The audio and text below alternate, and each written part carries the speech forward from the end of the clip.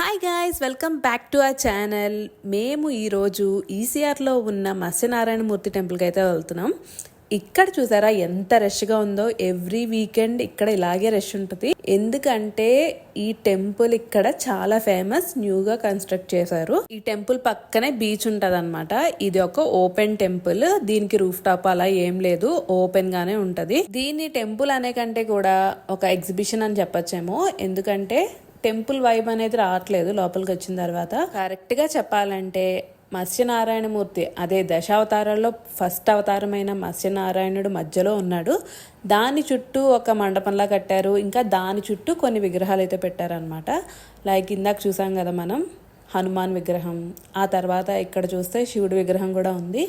ఈ శివుడి విగ్రహాన్ని దాటుకుని ఇంకొంచెం ముందుకెళ్తే ఇక్కడ నవగ్రహాలు ఉన్నాయన్నమాట. విగ్రహాలన్నీ చాలా బాగున్నాయి, చాలా కళగా ఉన్నాయి. ఈ విగ్రహాలన్నీ కూడా మనకి మేబీ పక్కనే ఉన్న మహాబలిపురం నుంచి వచ్చి ఉండొచ్చు. మనం మత్స్యనారాయణమూర్తి దగ్గరికి వెళ్ళాలంటే ఫస్ట్ హనుమాన్ని దాటుకుని, తర్వాత శివుణ్ణి దాటుకుని, ఆ తర్వాత ఈ నవగ్రహాల చుట్టూ ఒక రౌండ్ వేసి అప్పుడు ఈ రిఫ్లెక్సాలజీ పాత్వే ద్వారా మనం మన మత్స్యమూర్తిని చేరుకోవాలన్నమాట. మేమైతే వీకెండ్ వచ్చాం కాబట్టి చాలా రష్గా ఉంది. అసలు మాకైతే ప్రాపర్గా ఆ విగ్రహాన్ని చూడడానికి కూడా అవ్వలేదు, అంతమంది జనం ఉన్నారు.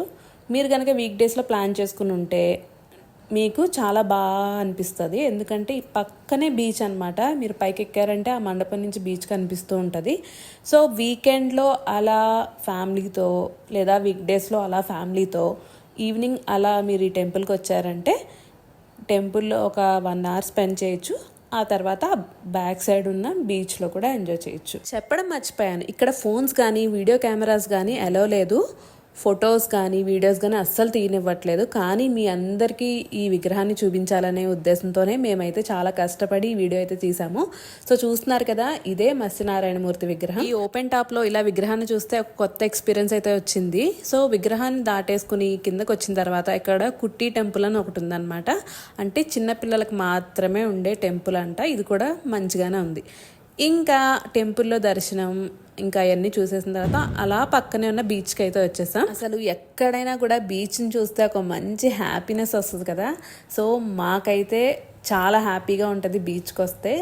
వీ లవ్ బీచెస్ అనమాట. సో ఇక్కడికి వచ్చిన తర్వాత ఇప్పుడే మేము బీచ్కి అయితే వచ్చాము.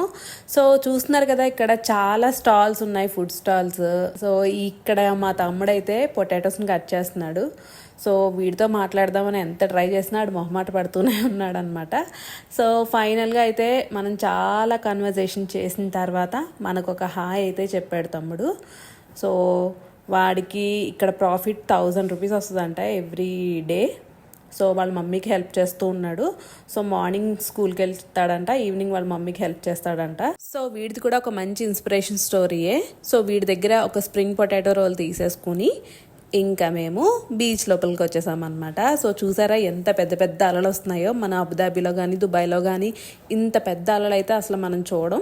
కానీ మన ఇండియాలో మాత్రమే ఇంత పెద్ద పెద్ద అలలు చూస్తామన్నమాట. సో ఫీలింగ్ సో హ్యాపీ ఆ అలలను చూసినప్పుడు.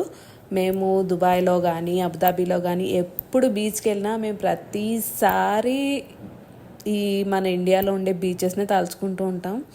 అసలు ఎంత బాగుంటుందో కదా మన ఇండియాలో బీచ్. సో అంత పెద్ద పెద్ద అలలు వస్తూ చాలా వైబ్గా ఉంటుంది. So yeah, that's it for today's vlog. మేమైతే చాలా బాగా ఎంజాయ్ చేసాం ఈ వీకెండ్ ఫ్యామిలీతో. మీరు ఎలా స్పెండ్ చేశారో కామెంట్ చేయండి. అలాగే మా నుంచి ఎలాంటి వీడియోస్ కోరుకుంటున్నారో కామెంట్ చేసేయండి.